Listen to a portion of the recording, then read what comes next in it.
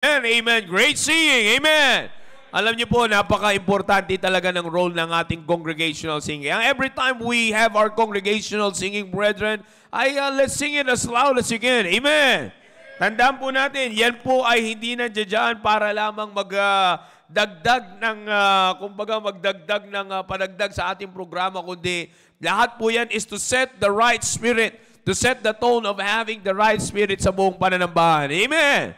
Amen. Alright, tayo po ngayon ay magtutuloy-tuloy na sa ating pong Sunday School lesson. Get your Bibles please and open it on 2 Corinthians chapter 9.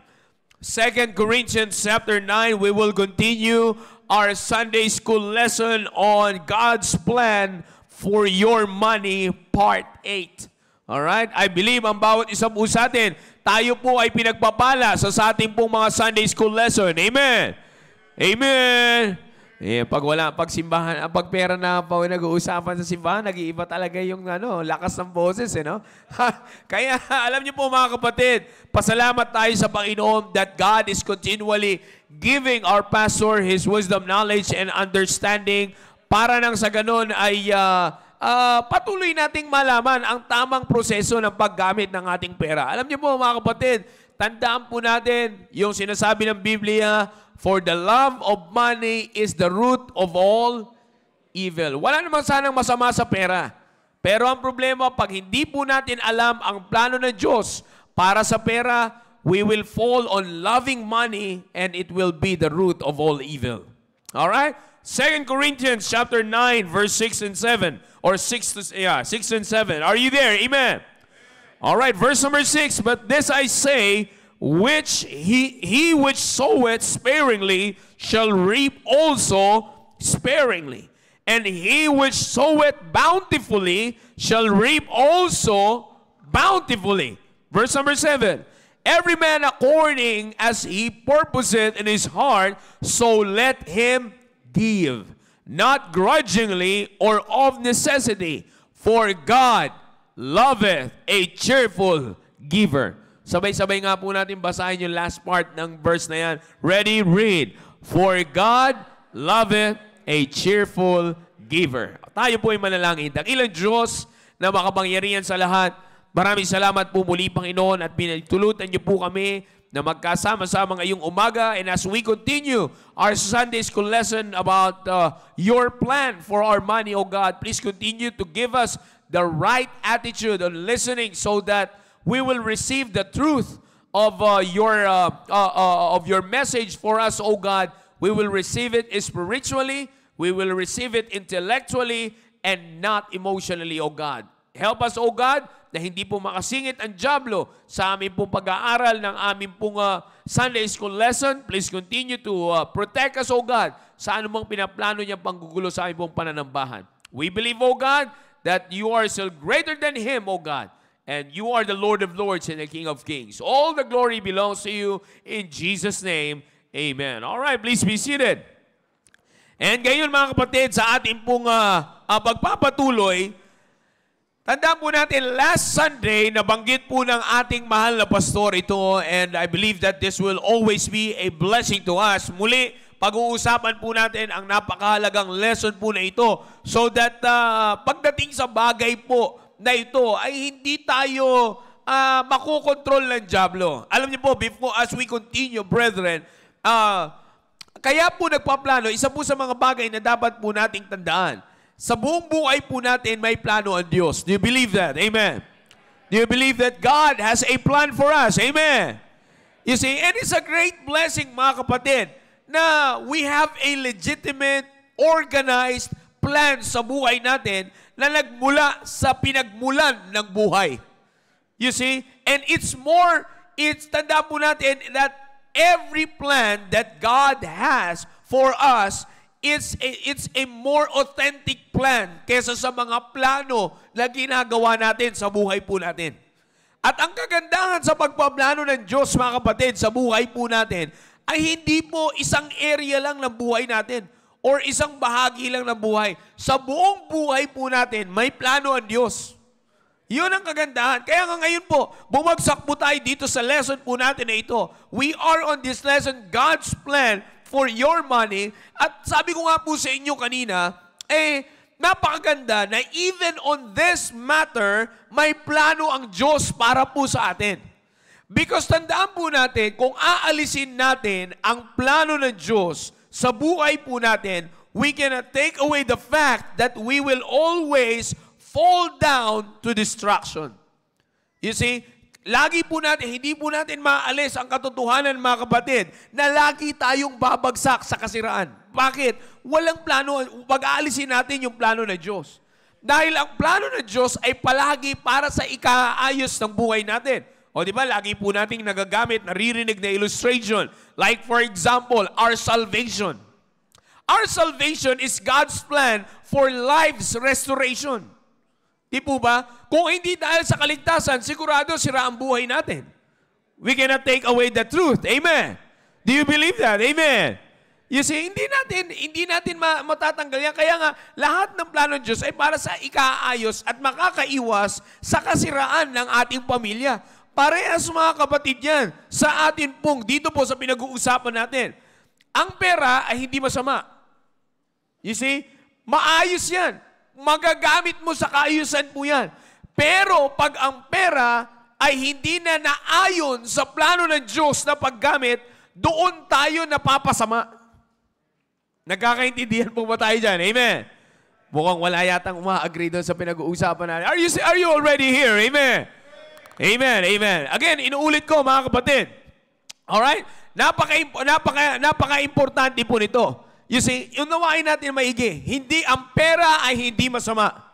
Pero pag inalis na natin ang plano ng Diyos, doon tayo napapasama. You see? Now, dito po mga kapatid, when it comes to Christianity, sabi ng ating mahal na pastor last Sunday, kung matatandaan po ninyo at kung binabalikan nyo ang lesson natin on giving, ay matatandaan nyo yung sinabi ng ating mahal na pastor that the very essence of Christianity is giving. Inuulit ko po, the very essence of Christianity is giving. If God didn't give, there's no Christianity.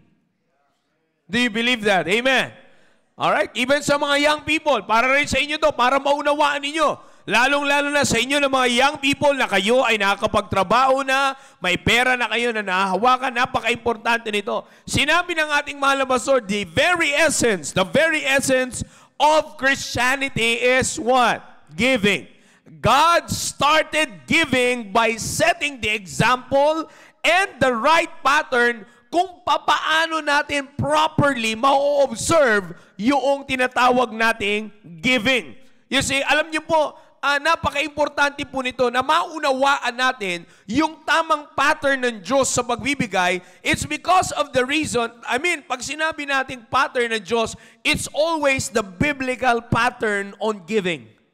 Okay? Inuulit ko po, it's always the biblical pattern of giving.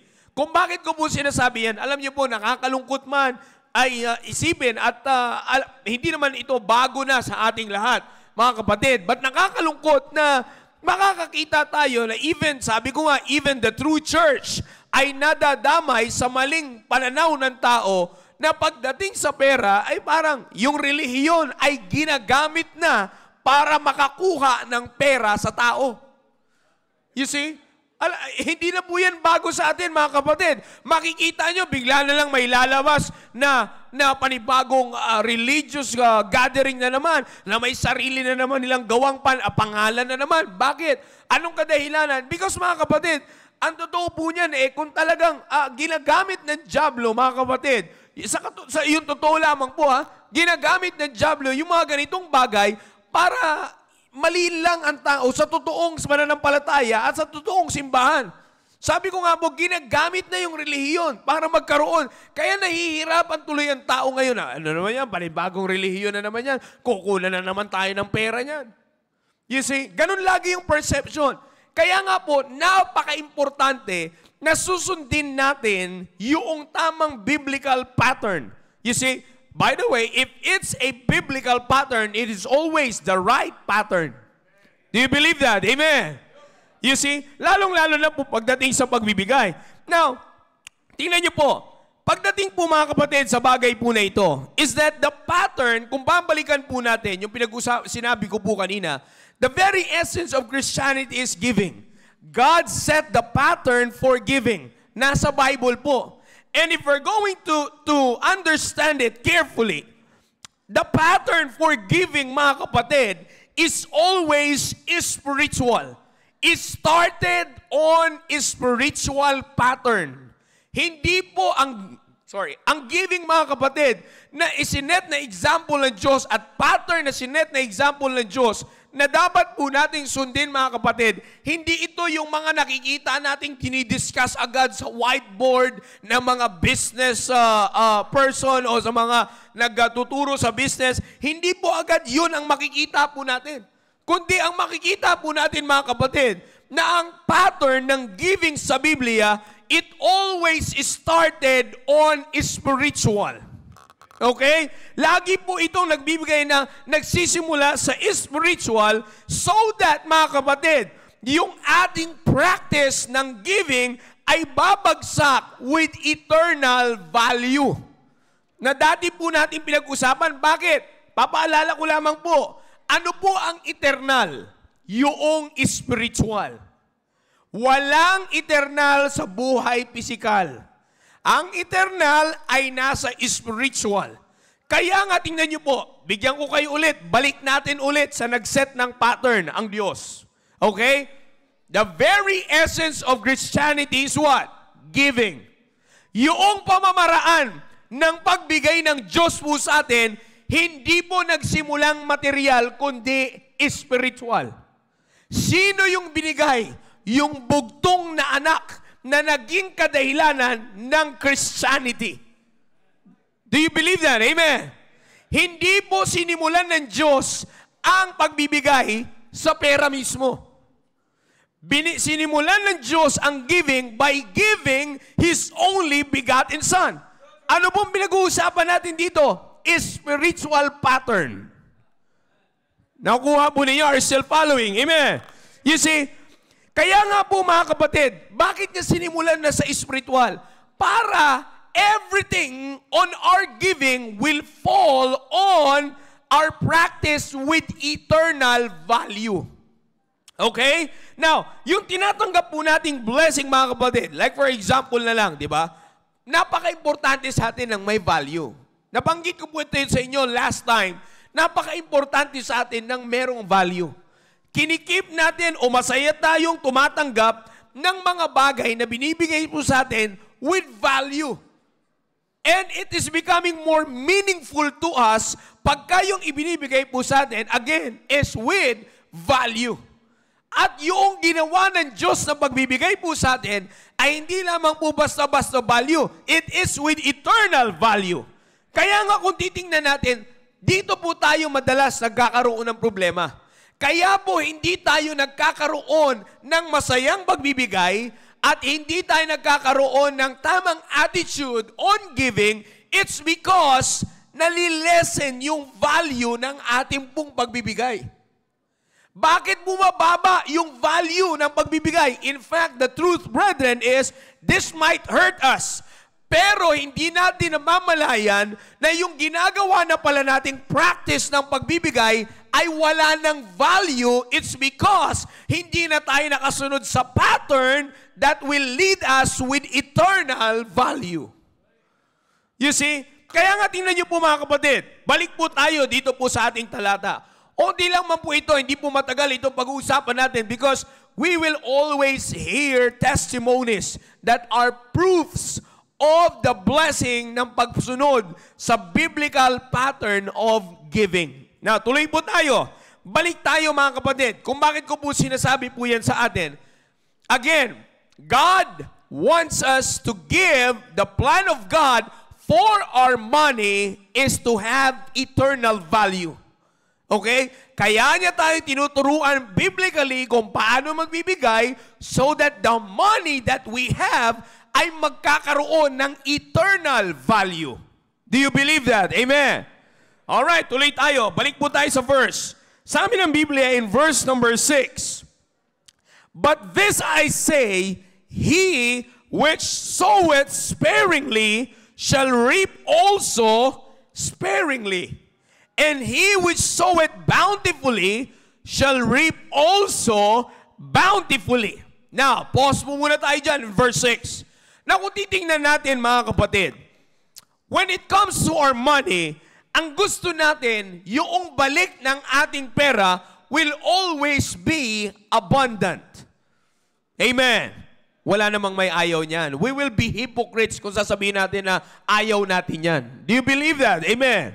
See, again, tandaan niyo po, ang prinsipyo natin mga pastor, hindi tayo perfecto, pero hindi rin tayo hipokrito. Amen. Alright, let's be honest with God, brethren. Pagdating sa bagay na ito, sabi ko nga, nakakaugalian na nating manahimik pagdating because we know the fact that this is the area of our Christian life na kailangan nating pagkalaguan. Amen. Lahat po tayo, walang excuse po dito. Lahat po tayo kailangan lumago at patuloy na lumago sa bagay po na ito. Amen. Alright. When it comes to our money, ang gusto natin palagi, ang balik is abundant. But you see, the problem is that there are times in our life or maaaring nagkakaroon tayo ng practice. We want the return to be abundant, but when we give sparingly. You see, naintindihin po natin mga kapatid, yung word po na sparingly dito, ang ibig pong sabihin nito ay stingily. Stingily. Na ang ibig pong sabihin is giving or sharing as little as possible. Okay? Intindihin natin na maigi. That's what it means. It means less plentiful than what is normal. Yan ang ibig pong sabihin. Kaya nga may term tayo na, may word tayo na stingy. Now, when we give sparingly, we are giving stingily. Na ang ibig pong sabihin yan, kung uunawain po nating maigi mga kapatid, nagbibigay tayo, or we are giving, or we are sharing as little as possible. As I said, mga kapatid, let's be honest with God. Minsan, may attitude tayong mga Kristiyano na, eto lang talaga ang kaya kong ibigay. You see, eto lang muna siguro yung aking ibibigay for now. Pag pinagpala ako ng Diyos, mas magbibigay pa ako. Sounds familiar, brethren? Amen. Are we still following? Amen. Mga kapatid, masakit man, pero tanggapin natin ang katotohanan para patuloy tayo lumago. Amen. You see, minsan, nililimit na natin yung pagbibigay sa Diyos. You see, but as I said a while ago, we want the return to be abundant, but when we give sparingly. You see, this is exactly why we are not, ito yung pinaka-reason why we are not excited on our giving because na meron tayong misconception of sowing sparingly will reap bountifully.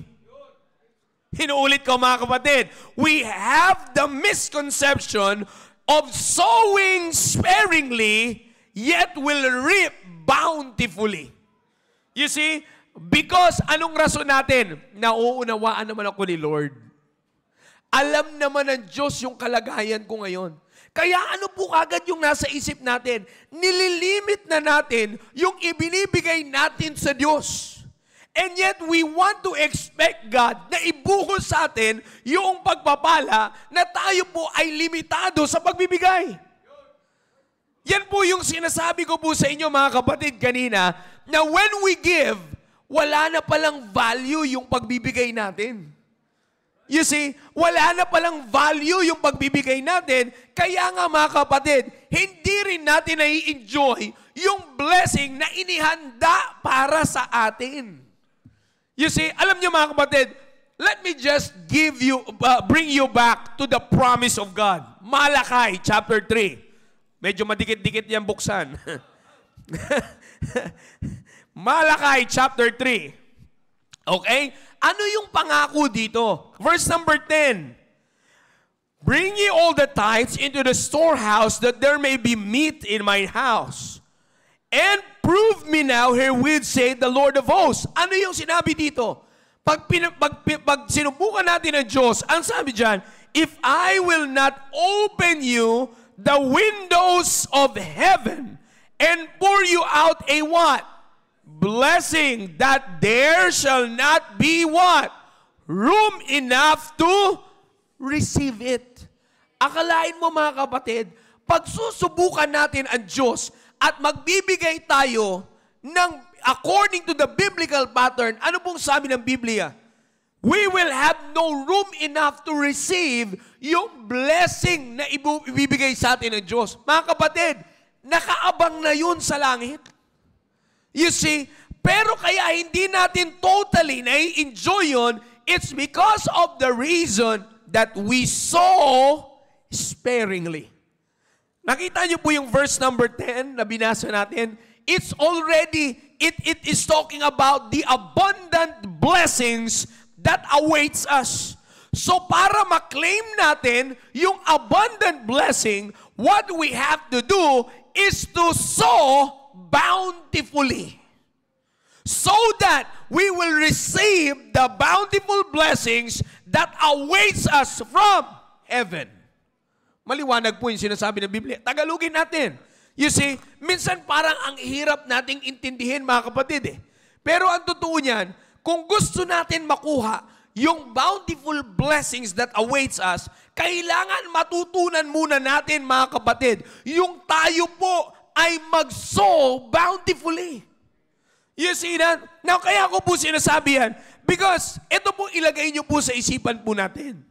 Hindi po gusto ng Diyos na yung pera na atin, tandaan po natin, by the way, let me just pause here for a while, put this in mind, brethren, na kahit anong sabihin po natin, Diyos ang dahilan kung bakit tayo may pera ngayon.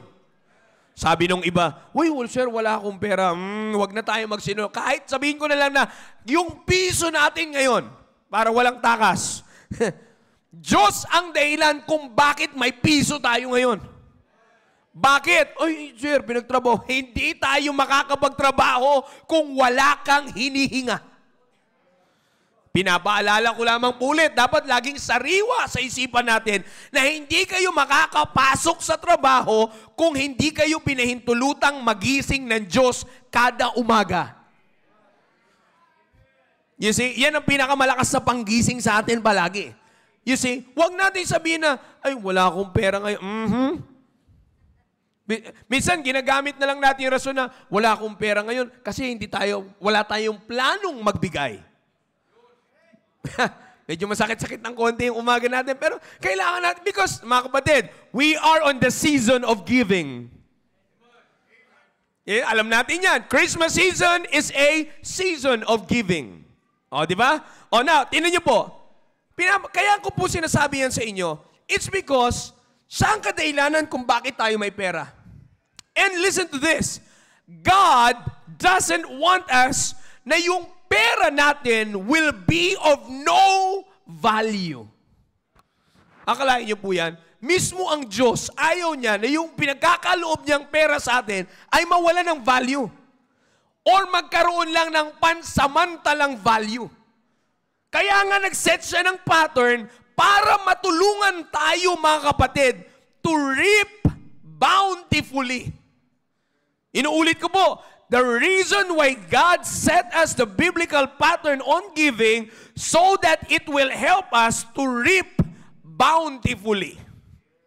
Para ma-receive natin yung mga blessings that awaits us from heaven. Kailangan natin ng isang pattern na tumutugma sa nakaabang na pagpapala. Saan? Sa langit. Hindi pwedeng ang pattern ay earthly at para makuha yung blessings na heavenly. Nakuha niyo po ba mga kapatid? Inuulit ko, yung blessings na heavenly, hindi natin makukuha from the pattern na earthly. So ano ngayon yung pattern na tutugma? Biblical pattern. Because biblical pattern is a heavenly pattern para makapag-reap tayo bountifully. You see? Kaya nga tingnan niyo po mga kapatid, kung pupunta tayo ngayon sa pattern, ano ang titingnan natin? Yung pagtuturo to to sow bountifully. You see, to sow bountifully. At para makapag-sow tayo bountifully, again, anong gagawin natin? Follow the biblical pattern. And here's the thing here. Itong pinaka-importante po sa lahat. When we look at the biblical pattern, mga kapatid, God always involved the most important component when it comes to giving. Ano po yun? Puso. You see, the most important component in giving is the heart. Verse number 7. Sabi ng Bible, every man according as he purposed in his what? In his heart. So let him, come on, read the passage. So let him give. So may kita po natin dito na ang puso ay napaka-importante pagdating sa pagbibigay. Sabi ng Bible, every man according as he purposed in his heart. As he intends in his heart. According to the intentions of his heart. Kaya nga mga kapatid, dito natin mauunawaan na napaka-importante na sa ating pagbibigay, kailangan maliwanag sa atin ang intensyon ng puso natin. You see, when you give less, anong intentions natin? When we give much, ano ang intentions natin? You see, pagdating po, mga kapatid, ito yung bagay na kailangan, the intentions of the heart is something that we have to pay attention to para ma-check natin yung intention ng pagbibigay natin. Sabi ng Bible, every man according as he purposed in his heart, so let him give. Tingnan niyo po, God did involve the heart because ito po, it plays a great role on declaring kung tayo ba ay set on the things which has eternal value. Bakit? Sabi ng Biblia po dyan, tingnan niyo po ha, bakit in-involve ang puso? Intentions ay napaka-importante. Na tingnan niyo po, sabi ng Biblia, according as he purposed in his heart. Kaya kung makikita natin mga kapatid, matindi ang plano ng Diyos eh. Ano po ang ginagawa niya? Tinuturuan niya tayo sa pagtuturo niya sa atin sa pagbigay ng tama, inuulit niya po sa atin at nire-remind niya tayo na kailangang importante na maliwanag ang intensyon ng puso mo sa pagbibigay. Kaya mga kapatid, anong ginawa ng Panginoon? Going back in the book of Matthew chapter 6 verse number 21, makikita po natin dyan kung papaanong minensyon ng Panginoon ang placement ng puso. Tingnan niyo po ha, Matthew. Very familiar tayo dito. Are you still following? Amen.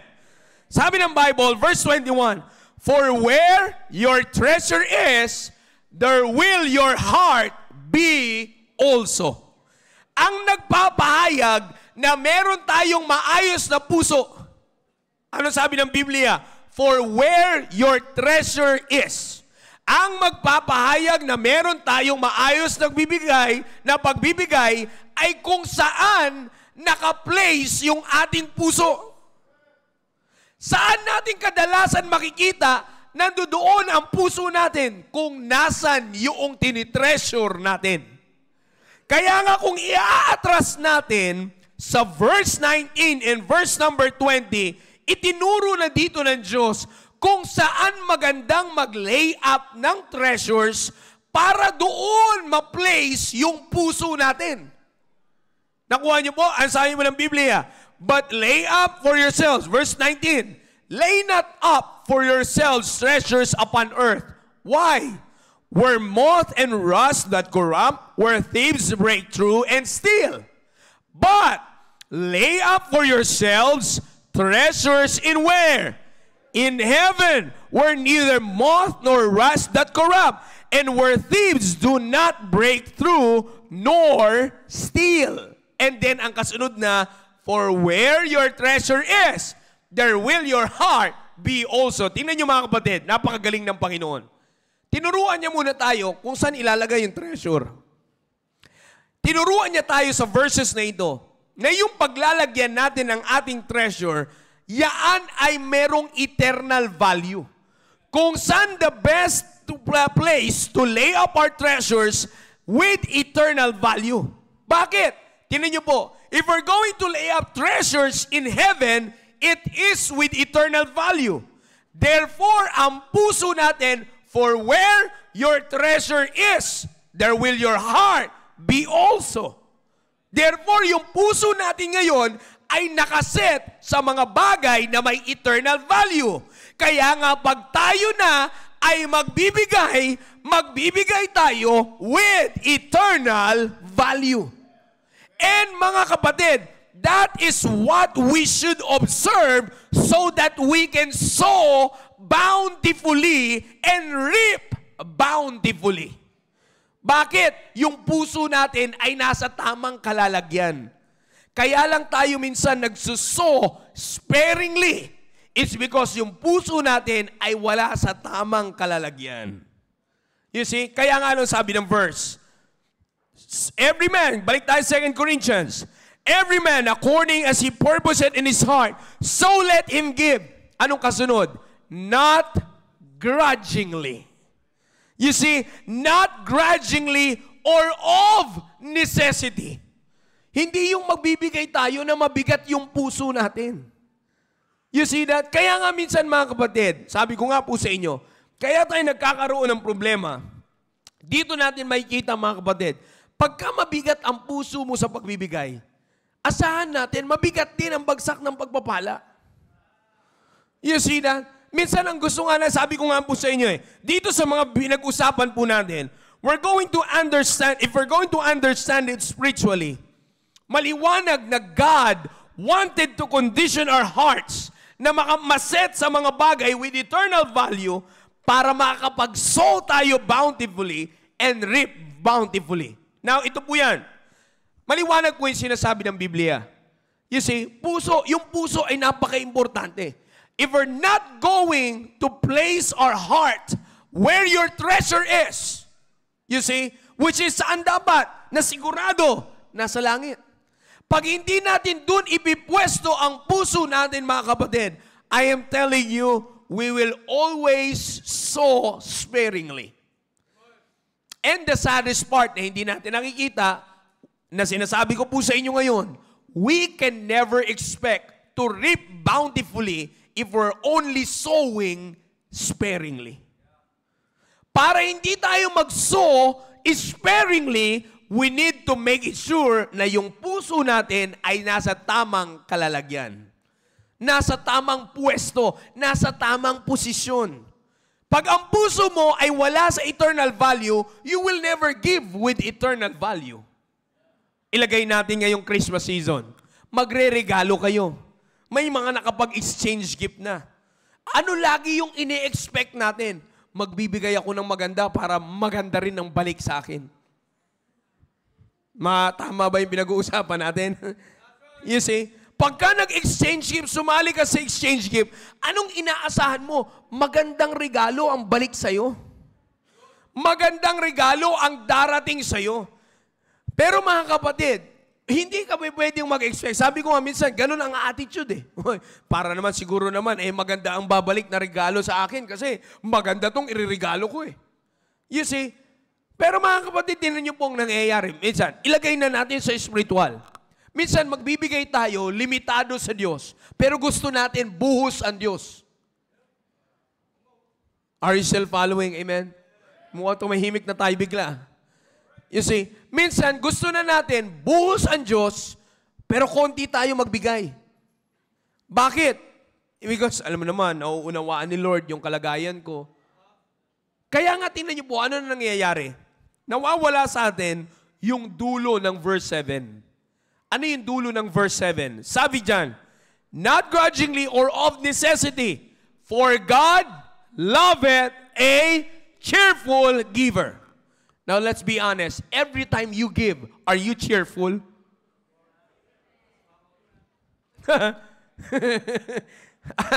Konti na lang nag-amen. Ulitin natin. Let's be honest with God. Every time you give, are you cheerful? ngayon pa nga lang, nakasimangot na kayo.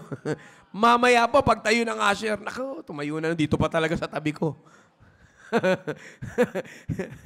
Di ba? Oh, minsan, yan ang tingnan nyo po, yan ang i-check natin. Bakit ngayon nawawala yung cheerful giving? Kasi yung puso mo, wala doon eh. Pag wala yung puso mo doon, you will never sow bountifully. You see? Kaya tingnan nyo minsan, ito po, bago ko po i-present sa inyo, mga kapatid, bago ko po i-present sa inyo yung mga ebidensya natin dyan, tingnan nyo po, hindi kayo minsan, pag kinamusta tayo, kamusta ang buhay Kristiyano? Eto, ganito pa rin. You see, bakit ganito pa rin? Sabi ko po, ang question dyan is this, yan lang ba ang paniniwala natin na plano ng Diyos sa buhay natin? Ganyan lang? Yes, inuuli ko po. Ito magandang pangbukas ng kaisipan eh. Maniniwala ba tayo mga kapatid na yung sinasabing excuse ng maraming Kristiyano na, eto, ganito pa rin, na kung ano ka last year, ganun ka pa rin ngayon 2024, naniniwala ka ba na ganyan lang ang plano ng Diyos sa buhay mo? O gusto ng Diyos sa buhay mo, kada taon lumalago ka? Of course, we all know the truth na yun ang gustong mangyari ng Diyos. Na kada taon lalago ka. Therefore, hindi nakadisenyo sa Diyos na ang buhay natin, kung ano ka 10 years ago, ganun ka pa rin ngayon. Kung yun man ay hindi nagbago, well, ibig sabihin, you're not reaping bountifully. What's the problem? Because your heart is not helping you to sow bountifully. Mga kapatid, tanggalin natin yung prinsipyo natin na onti lang, ito lang kaya kong ibigay sa Diyos. Hingiin mo sa Diyos. Kaya yan lang yung kaya natin ibigay. Kaya tayo nagsuso stingily, sparingly. Kasi sparingly ka rin manghingi sa Diyos eh. Minsan pinagdududahan pa natin, Lord, baka naman. Minsan, yung term natin, Lord, nandun tayo sa term na, Lord, baka naman, pwede nyo akong pagpalain ng ganito. Yun na nga lang, hihingi mo yung pagpapala sa Panginoon, hindi ka na sigurado. Paano ka pa magiging sigurado sa pagbibigay mo? Marami tayong kailangan pagkalaguan, mga kapatid. Kaya alam nyo, we will be cheerful. When we became cheerful on giving, the truth, ito pong pinakaresulta na the best na mangyayari po sa atin. If we are cheerful on giving, we will be cheerful, more cheerful on receiving. Inuulit ko mga kapatid, if we are going to be more cheerful, kung masaya tayo sa pagbibigay, mas masaya tayo pagdating sa pagtanggap. Bakit? Anong sabi ng Diyos? Buhos. I will open you the windows of heaven. Sinong hindi sasaya doon? You see? Kaya nga mga kapatid, para mabuksan ang windows of heaven, that's an abundant blessing. That's a bountiful blessing. For us to receive the blessings coming from the windows of heaven, let's sow bountifully. Ngayon mga kapatid, may mga ebidensya tayong may present. Mula sa mga kapatiran, yung mga naririnig po natin dito, again, mga kapatid, hindi sila tumatayo dito para magmalaki, kundi sila ay tumatayo dito. Yung mga naririnig po natin ay pinipresent sa atin ang ating mahal na pastor.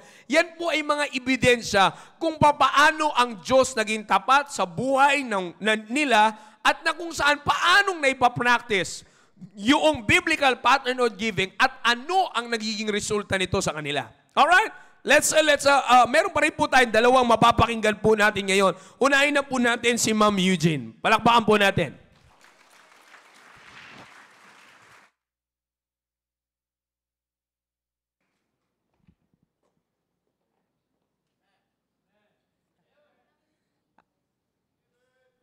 Good morning, everyone. Nung sinabi ng anak ko, mga past 11 na, sabi niya, Mi, palagay ko, hindi ka makakatulog ngayon. Akala ko may offenses na naman siya. Sabi ko, Diyos ko, ano na naman ito? Sabi niya, magte-testimony daw ako. Sabi niya, in-emphasize niya, testimony, Mami, huwag kang mag-preach. Anyways, I don't know how to preach.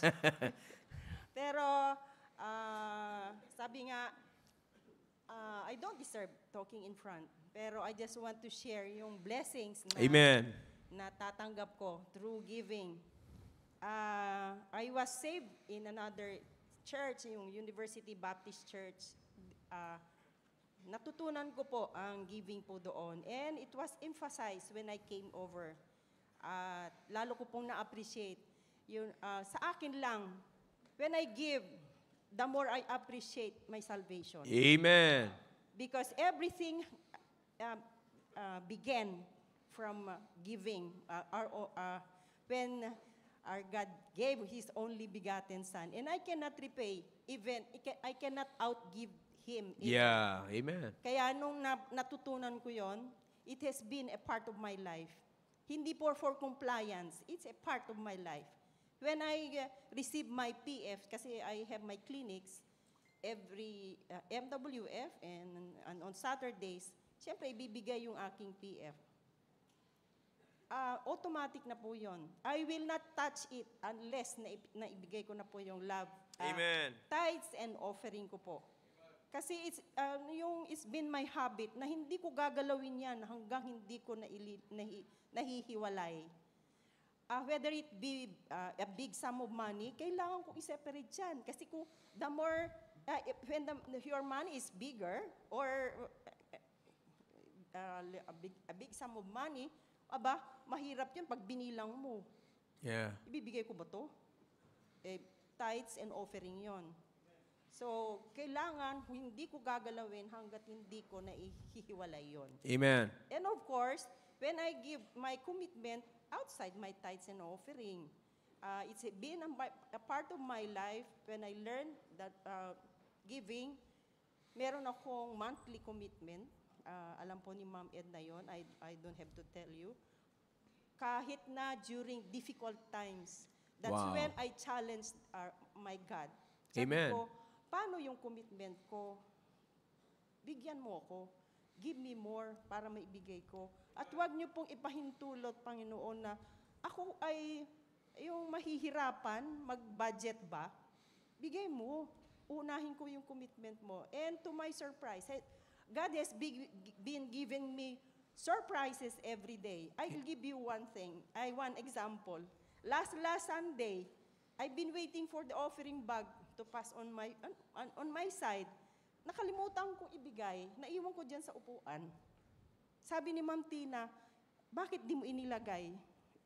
Hindi naman, nandun yung love offering and tithes ko doon. Kung hindi ko naman masabi na pwedeng kunin ng iba, pero pagka umobra ang jablo, pwedeng kunin ng iba, di ba? Mm-hmm. So, I just want to emphasize na iniingatan ng Panginoon yung Yeah. pera ko. Kasi kung nawala yun, I have to pay it. Kasalanan ko pag nawala yun eh. Mm-hmm. So, kung nawala yun, magbibigay ulit ako ng tithes and offering ko. Di tama, hiniingatan ng Panginoon ang aking pera. Amen. Kasi sabi niya, magbibigay pa yan eh, kaya dapat mapunta sa tama. So, Amen. thanks to Ma'am Tina, binigay niya sa akin. Hindi mo ilagay yung sa offering envelope mo yung sobre mo. Di ba? Another example, I just want to inspire everybody. Yung mga surprises na sinasabi ko, when I was younger in the service, I had to go on 24 hours duty every other day, and I seldom see Dominic. Only to realize, wala nang laman ng aming ref. Alam niyo naman nung aking anak. Medyo mahal ang maintenance. Pero chicken, na siya. Basta may chicken, pero hindi ako bumibili ng Chicken Joy. I have to cook. 3 lang ang gagawin ko. Tinola, adobo, or prito. Okay na siya doon. Pag binuksan ko, wala na palang chicken. Kailangan chicken. Bibili ako ng maraming chicken. Sa ospital, they give you something cooked na.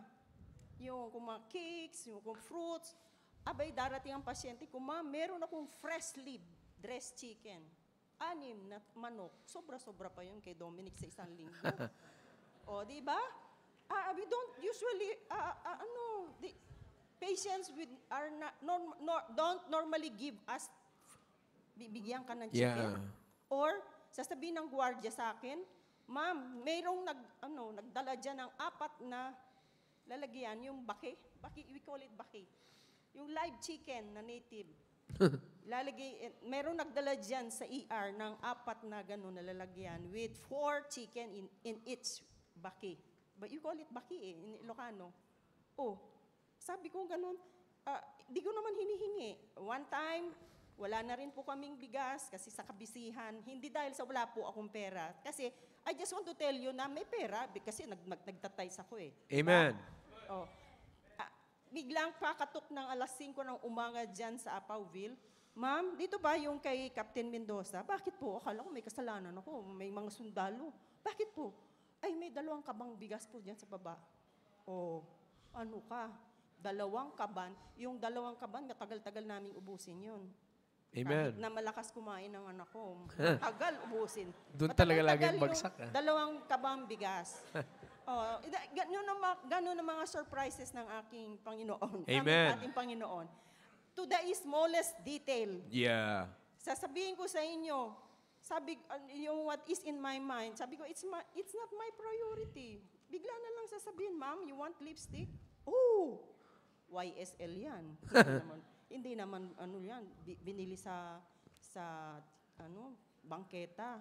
Oh, biro mo yung mga ganong surprises. So, ang natutunan ko That's po, right.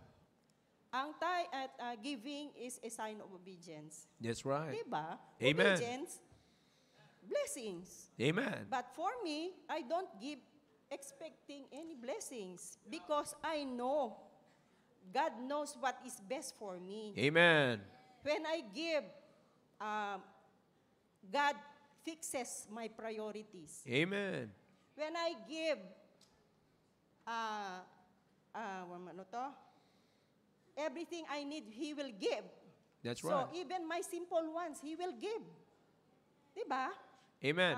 Yung ones kasi, luxury na yun. Mm-hmm. Pero sabi ko sa Panginoon, I want like this. Bibigyan ako ng luxury bag. Saan ako kukuha ng pambili niyan? Oh, meron akong luxury bag. Luxury shoes. Oh, ang natutunan ko kasi sa giving, it is an antidote to materialism. That's right. That's it. That's Pag right. nagbibigay ka, It's good. you will not long for yung mga luxury in life. That's right. Kasi God will give it to you. Amen. Kung ano ko man, minsan narinig ko si Ma'am Rona mahilig siya sa damit. Ang makeup mahilig sa akin. Why? Hindi ako bumibili ng pang makeup ko at hindi mo murahin ang pang makeup ko. Oh. At ito ang pinakamasaya. Sabi ni Pastor, although it's a joke, we put on everything in our face para matakpan yung ating kapangitan. Sa akin, ine-enhance ko lang po. Amen. Kasi kung nagbibigay ka, it makes you happy. Amen. Pag nagbibigay ka, stress reliever yan. That's right. Bakit That's stress good. reliever? When you give yung obligasyon mo sa Panginoon, wala ka nang iisipin pa. That's right. Bahala Amen. na ang Panginoon sa'yo. Bakit That's ka it. na-stress?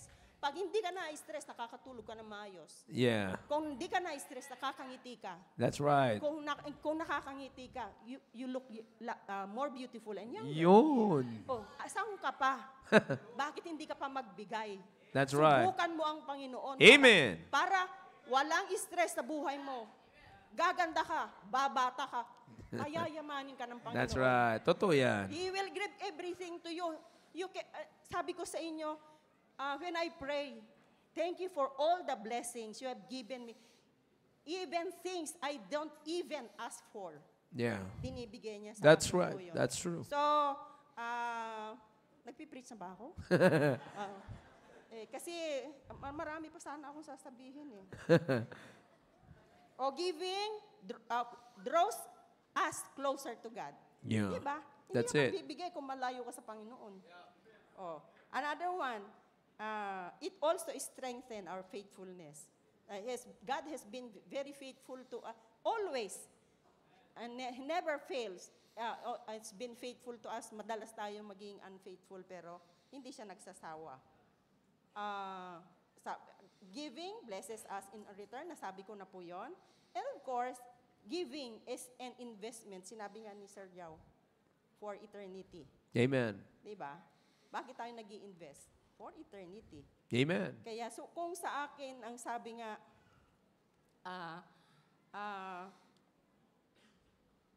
when we generously and sacrificially give.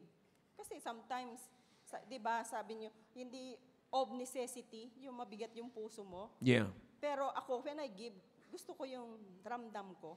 Amen. Kasi doon ko na-challenge ang Panginoon. When I give my commitment, merong binibigay si pastor na deadline. I make sure that I can give my commitment before the deadline. Yeah. One example na china-challenge ko po ang Panginoon, pagka malapit na po sa deadline, sabi ko, give me one patient, I give everything to you back. Kung ano yung PF ko. I also pray for the PF. Kung mag-opera kami, ibibigay ko lahat yun kasi pinangako ko para sa commitment ko. Man.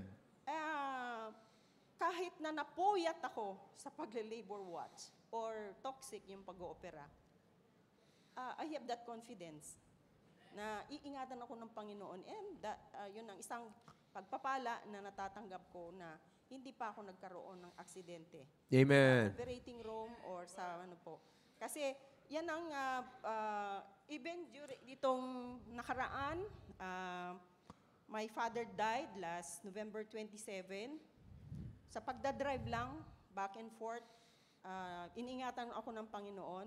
And ito, I just want to inspire everyone. Mag-usap-usap kami, wala na po yung mga magulang namin. O yung sharing sa mga gagastusin. When I asked my brother, how much is my share? Sabi niya, talaga mag-share ka. Ibig sabihin, even if I don't share, more than enough na.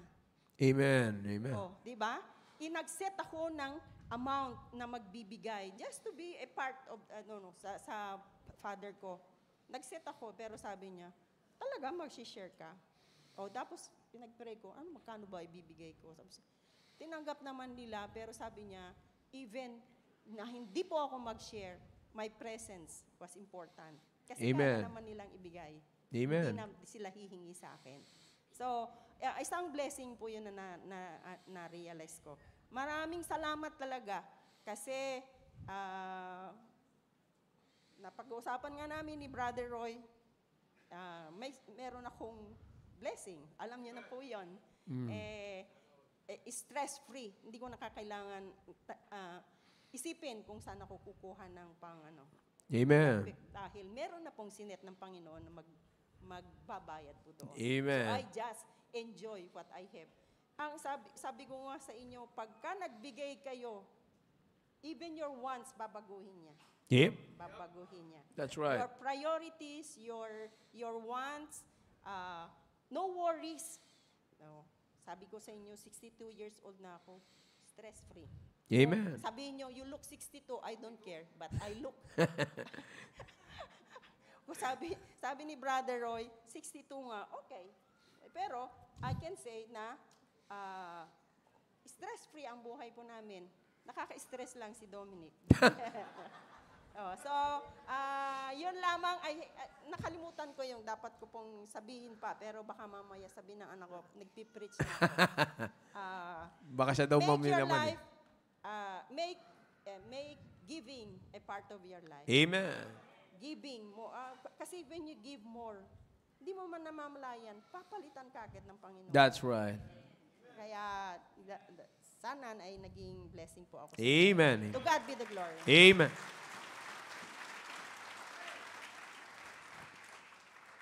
Amen, amen. Totoo po yan eh. Alam nyo, kaya kala natin minsan ay basta-basta lang yung itinuturo ng Diyos na pagbibigay. No, meron po yan laging resulta sa buhay po natin. Ano po? Last one, Sir Ronald. Palakpakan po natin.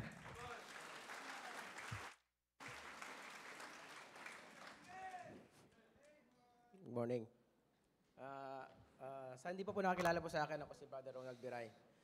Yun pong sinabi din po ni Mama Eugene kanina na 11 o'clock, ganoon din yung nangyari po sa akin kanina. Kagabi, tinawagan din ako ng aking area leader na magbibigay ako ng testimony patungkol sa giving. Okay, umpisan ko dun sa pagpapala ng Diyos sa akin, yung ako po ay nasa poder pa ng aking ama. Usually, training about work. So lahat yung natutunan ko sa aking tatay, yun yung dinala ko hanggang sa pagtatrabaho. Pagkatapos kong mag-aral, of course, pinaral ako ng magulang ko, since hanggang nagtapos ako ng high school. Pagkatapos ng high school, gusto ko makipagsapalaran ng trabaho sa Maynila. So that was 1991. 1992, nakapagtrabaho ako. Pero malit lang sweldo. 600 pesos istiin. So saan pupunta yung 600 pesos? So sabi ko, yung training na sinabi sa akin ng tatay ko, doon sa pagkabata ko habang nag-aaral, gampanan mo yung training. Pag trabaho, trabaho. Huwag laro. At yun yung baon ko nung pagpunta ko sa trabaho ko sa Manila. So sabi niya, mahalin mo trabaho mo. Kasi pagkatapos ng trabaho mo, pwede ka dyan magsimula ng ikabubuhay mo. Diyan ka kukuha ng ikabubuhay mo hanggang sa pag-aasawa mo. So yun yung ginawa ko, hindi ko kinalimutan po yun. Shortly, nakapagtrabaho na po ako, 600 pesos. Iniwan ko 600 pesos, naghanap ako ng trabaho kasi ang baon ko doon, yung training, na kailangan matutunan ko yung concept ng trabaho. Hindi lang puro trabaho, kundi dapat matutunan ko yung tinatrabaho ko. Para pagdating na sinabi niya sa akin na ikaw ay mamuhay na ng sarili mo, kaya mo. Yun ang ginawa ko. So nakapagtrabaho ko 1992, umabot pa ako ng 7 years sa trabaho ko. Of course, yun nga sinabi ko sa 600, hindi kasya. So naghanap ako ng mas malaki. Naging 1-2. So sabi ko 1-2, kulang pa rin. Nagpapadala ko sa magulang ko, tumutulong sa mga kapatid ko. So sabi ko, yun yung naging routine ng buhay ko. Hindi ko inintindi yung pasarili ko. Ang inintindi ko, yung makapagtrabaho ko, na mas malaki ang kanyang compensation ko. So yun yung nangyari. Pagkatapos nung 7 years, lipat na naman ako ng trabaho. Pero isang klase lang ng trabaho. Nalaman ng isang Chinese businessman na alam kong i-run yung business. So, pinirate po ako ng isang Chinese businessman. Napunta ko ng Cavite. Yung 7 years ko ay nasa Sukat, Parañaque ako. From 1999, tatrabaho ko dun sa Cavite. And then, nasave ako, that was December 1999. So, tuloy-tuloy yung trabaho ko. September ako pumasok sa trabaho sa Cavite. And then, tatrabaho na ako, nasave ako 1999, pagpasok ko rito. Yun yung impusa ng pagtanggap ko ng blessings nung nasave ako. Narinig ko yung patungkol sa giving dito na tinuturo sa atin ng ating pastor. So, doon ko inumpisahan. Sa trabaho ko, sinabi ko doon sa magiging boss ko, sabi ko, ma'am, papasok ako dito sa trabaho, sabi ko, pero, kailangan, pag Miyerkules, sabi ko, at saka linggo, pag Miyerkules, undertime po ako. Pag linggo, hindi ako papasok, sabi ko, kasi mag-church po ako. Yun yung sinabi ko dun sa boss ko. So, siyempre, pinirate ka, pwede ka nang magsabi kung ano gusto mong mayari. So, yun ang sinid ko, sabi ko sa kanya, gusto kong piliin, sabi ko, yung day ko ay Sunday. Kasi sabi ko, nag-church po ako. So, yun. Habang nag-church po ako dito, about giving, sabi ko, ito ka ako maganda. Dito ko isisit, sabi ko, ang buhay ko bilang isang bagong mananampalataya patungkol sa giving. So, tuloy-tuloy pa rin yung pagsusupport ko sa magulang ko, kapatid ko. Actually, isa po kami magkakapatid. Ako yung pangalawa sa panganay. At breadwinner, siyempre. Yun yung blessing sa akin ng Panginoon na kung saan ginamit yung tinuro sa akin ng tatay ko na magtrabaho ng maayos at mahalin ang trabaho. So, yun. Pinagkatiwalaan ako ng Panginoon. 1999 hanggang 2002, yun yung nanging routine ko. Yung aking salary, doon ako kumukuha ng aking tithes kasi hindi naman ako negosyante. So, tatanggalin ko yung aking tithes doon, in offering, and then yung commitment. So, yun din ang naging routine ko. Lahat ng mga nagpapatuto po dito about sa giving, usually, yun talaga yung pattern. So, sinunod ko lang po yung pattern ng Biblia. Sabi ng Malakay 3:10. So, dire-diretso lang. Siyempre, hindi lang doon po nagtatapos. Marami struggle. So, struggle po na yon, sabi ko, kulang. kulang yung mga natatanggap kong blessing. So sabi ko, Panginoon, bigyan mo ko ako ng wisdom, bigyan mo ko ng blessings pa po ninyo, para yung pagtulong ko sa aking mga kapatid na nag-aral, 5, matustusan ko yan. And then may bibigay ko rin yung para sa inyo. Kasi hindi ko pwedeng bawasan yung tithes and offering ko para lang mapag-aral ko yung mga kapatid ko. Inuna ko muna ang Panginoon. Kasi yun yung pattern na aking sinusundan. Amen.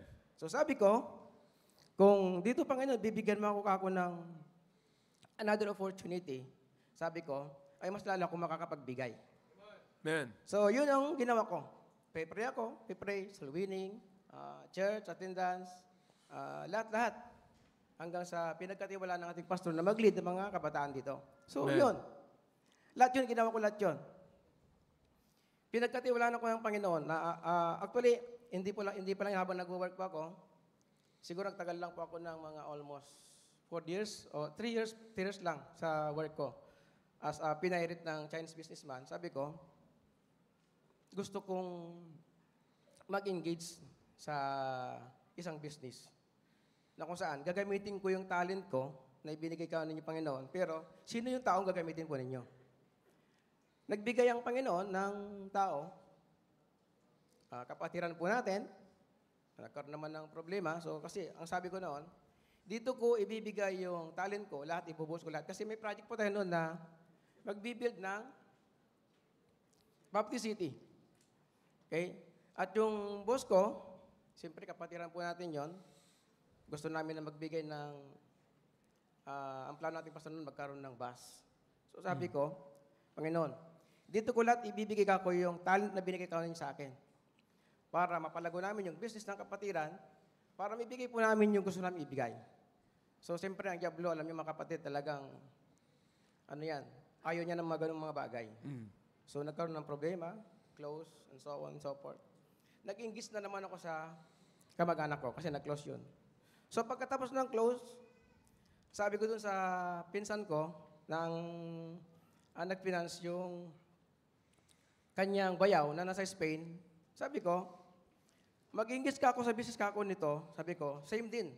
Kung ano pinagtrabaho ko nung una, hanggang sa pinahirap ko ng Chinese, hanggang sa kapatid natin. Actually, auto spare parts po ito, auto supply. So, ganito. Ang nangyari po, ganon.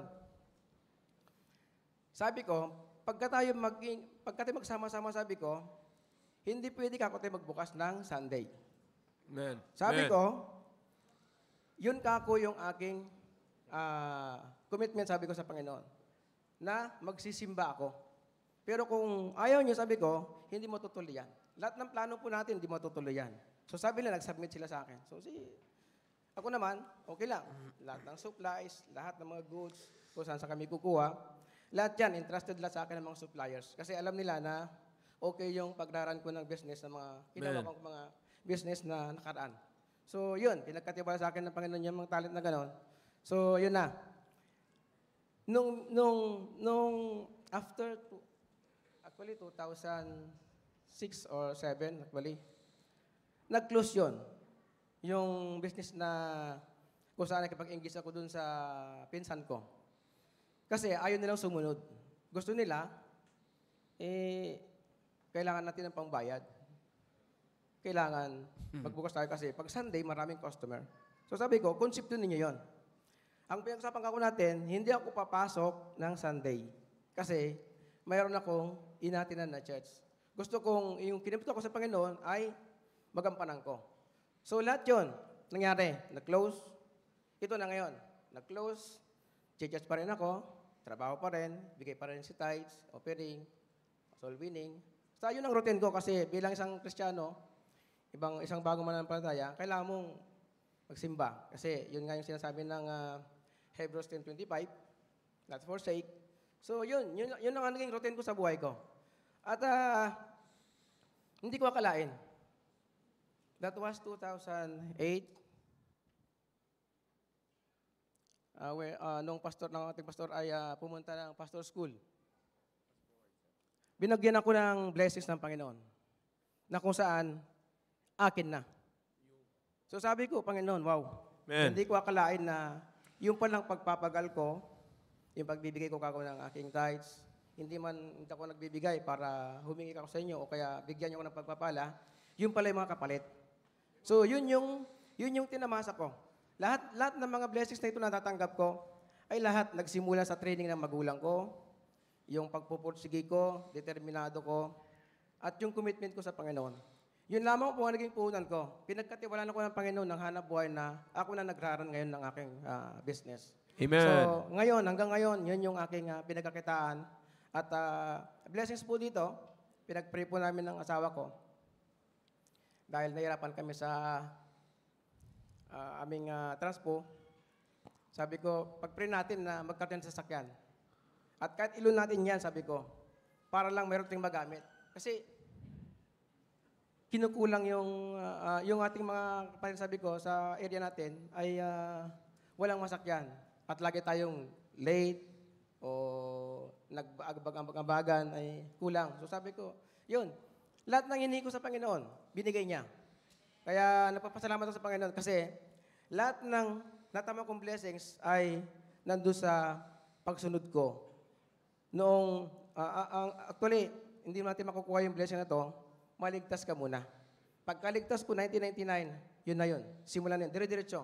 Yun lang pattern ng blessings, sinunod ko lang yun. Wala na akong ibang ginawa. So sa mga kabataan, ang challenge ko, kasi nag-alala ng mga kabataan, huwag kayong matakot. Huwag kayong matakot na maging pagpapala kayo sa mga kapatid nyo, magulang nyo. Of course, natural yun.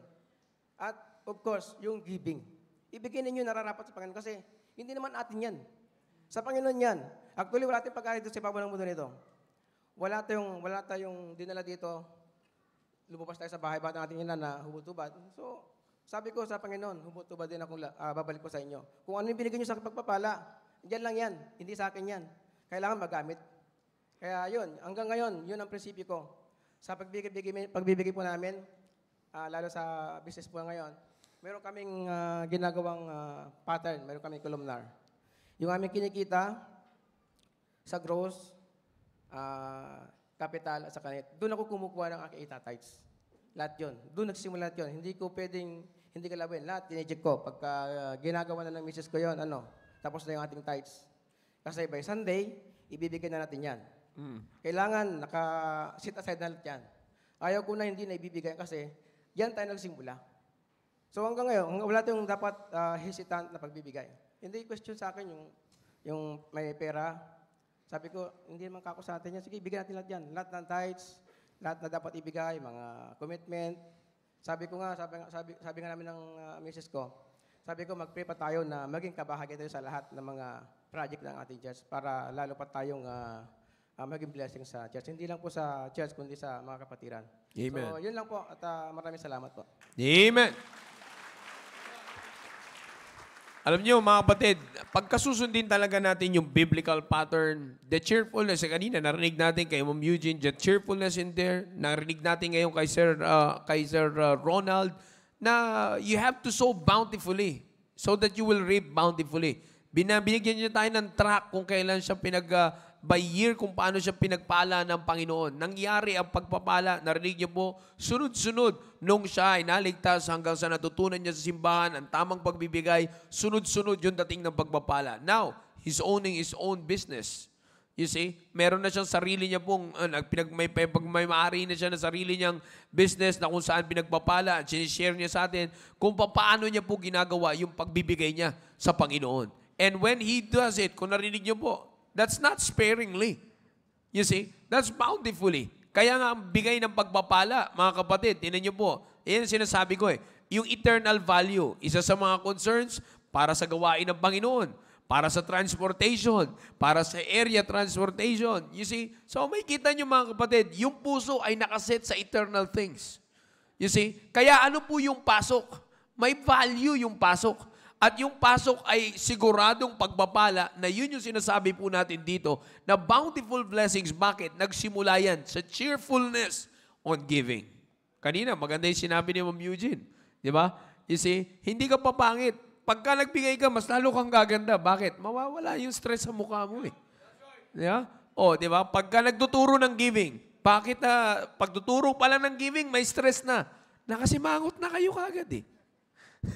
O, di ba? O, tinan nyo, natawa kayo bigla. Yung iba talagang pinanatili na lang eh. Hindi talagang poker face ako eh. Yeah? Pero kung titingnan natin mga kapatid, marami. Ang pagpapala ng Panginoon ay may matinding epekto sa buhay natin kung susunod lang tayo sa pattern ng pagbibigay na itinuturo ng Panginoon. I believe we're blessed by our Sunday school lesson and testimonies. Amen. Alright, let's all stand up please. Tayo po ay manalangin and then after this tayo po ay mag-aawitan and then we'll recognize the first time visitors. Dakilang Diyos sa mga pangyarihan sa lahat, maraming salamat po muli Panginoon sa pagkakataon na ibinagkaloob niyo po sa amin. Thank you, O God, for giving us this lesson, O God, so that, and also the evidences of your greatness, Panginoon, sa buhay ng mga kapatiran. Nawa, Panginoon, ay patuloy po niyo pong ipaalala po ito sa amin para marami pa po sa amin, Panginoon. Lahat po kami ay lumago pagdating sa pagbibigay, Panginoon. So that we will be more closer to you, we will grow on our relationship to you, at patuloy po namin ma-enjoy ang inyong pong pagpapala sa buhay po namin. All the glory belongs to you, O God. In Jesus' name we pray. Amen. All right, remain standing please. Tayo po ay aawit and then